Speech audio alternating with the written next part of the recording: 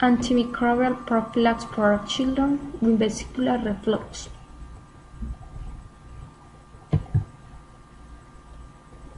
Background.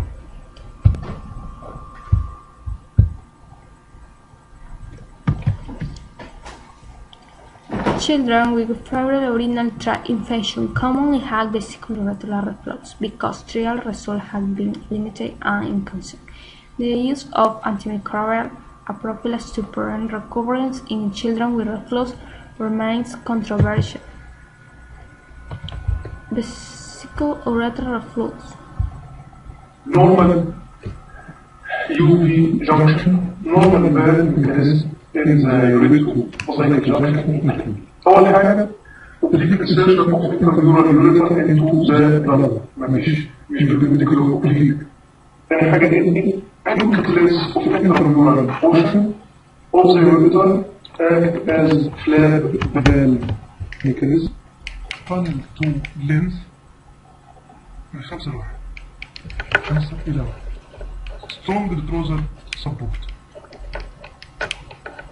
ده هنا رسمة مبينالي الانتراميورال بارت اوف ذا يوريتر والاوبليك insertion of the urethra into the bladder.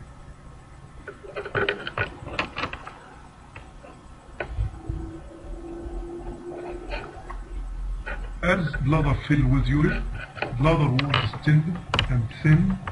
The intramural portion of the urethra stretch, thin out and become compressed against the backing.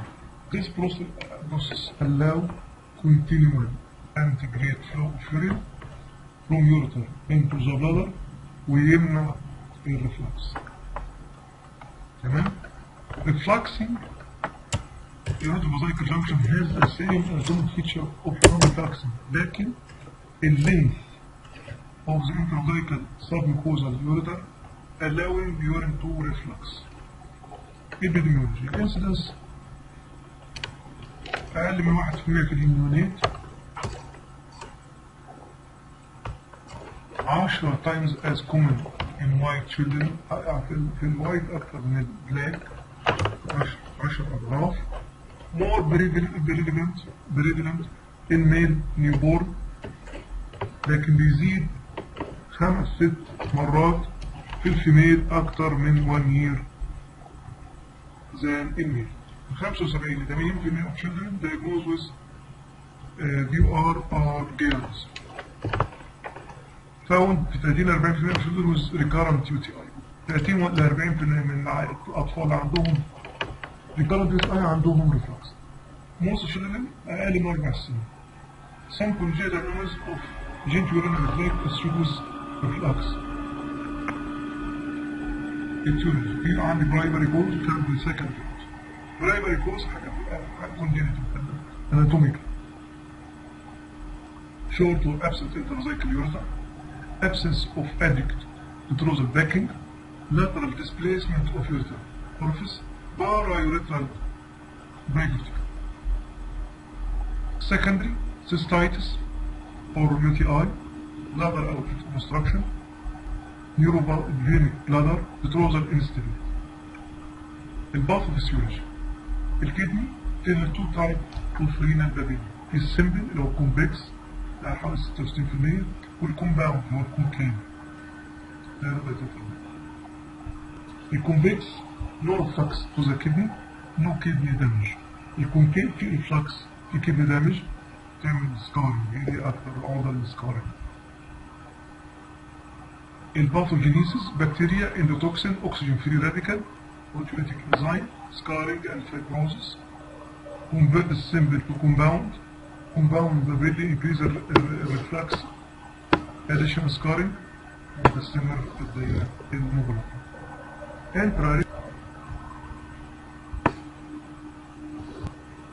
Methods.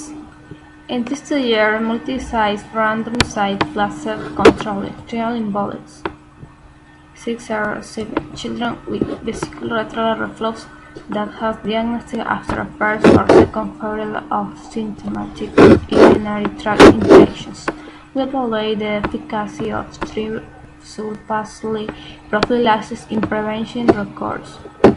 Secondary outcomes for renal scarring treatment failure, a composite of recurrence and scarring, and antimicrobial resistance. Antimicrobial prophylaxis.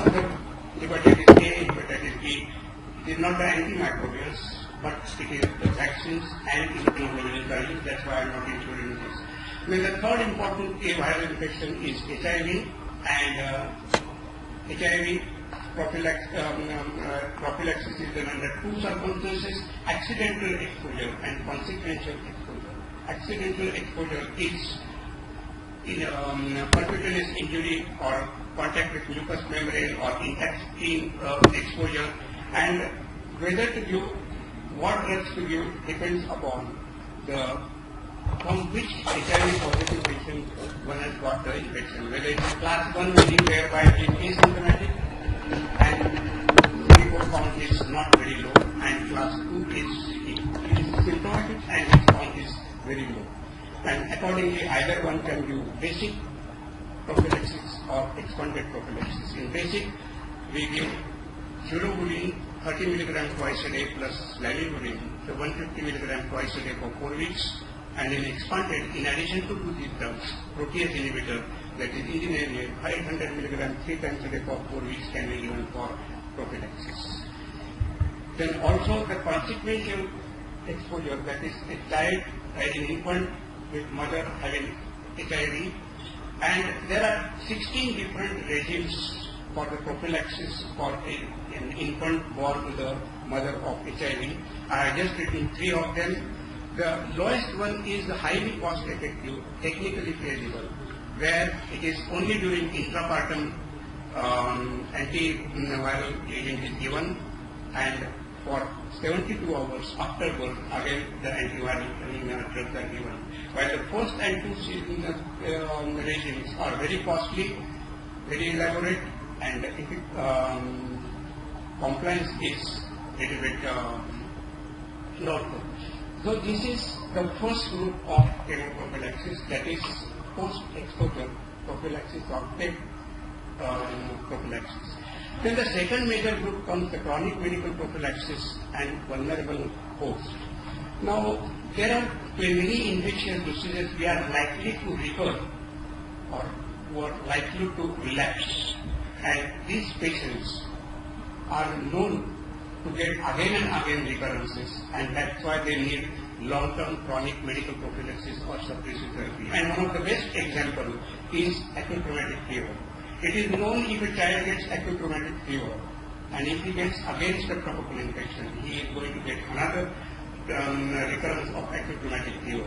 It is now also known that if during the first attack child gets carditis, in the second attack also he is going to get carditis. Or if he doesn't get carditis in the first attack, second attack probably heart is not affected. But whatever it may be, the exact how long prophylaxis should be given is still debatable after so many years of acute rheumatic fever prophylaxis. But if during the first attack there is no carditis, not clinical, but also echo proof no carditis, then one can give prophylaxis for 5 years from the last attack. If there is associated carditis, one can go up to 10 to 15 years, and if there is definitely well-established chronic rheumatic valvular heart disease, one has to use the prophylaxis lifelong.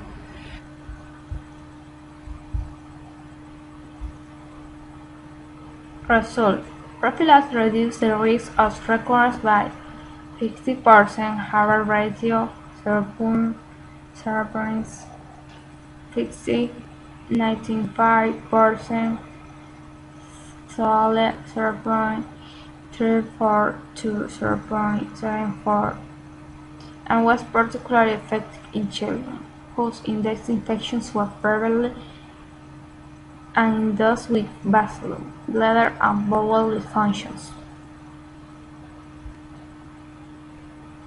Preventing urinary tract infections.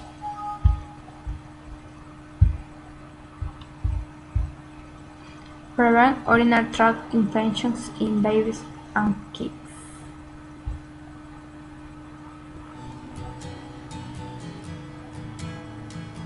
Dr. Schwader and I and other researchers here at Nationwide Children's have formed one of the largest groups in the United States to actually ask that question, what keeps the urinary tract free of infection? Our study is funded by the National Institutes of Health as an ancillary study to the RIVER program. So the RIVER study is a clinical trial that's taking place at multiple centers in the United States.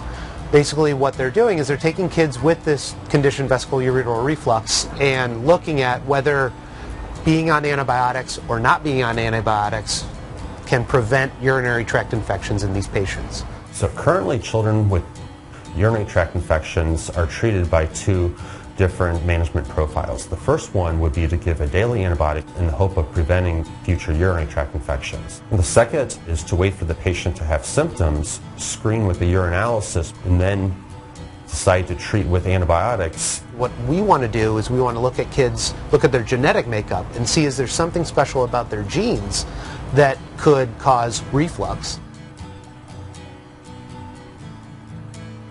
We hope by studying their DNA profiles, we can identify which patients need conservative treatment and which patients need more aggressive treatment.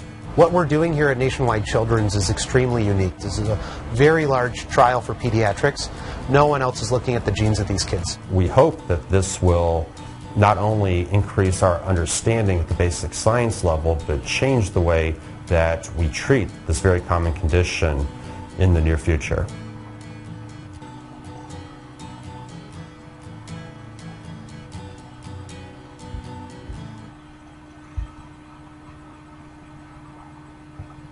Conclusions. Among children with vesicoureteral reflux after urinary tract infections, antimicrobial prophylaxis was associated with a substantially reduced risk of recurrent vaginal renal scarring. Thank you.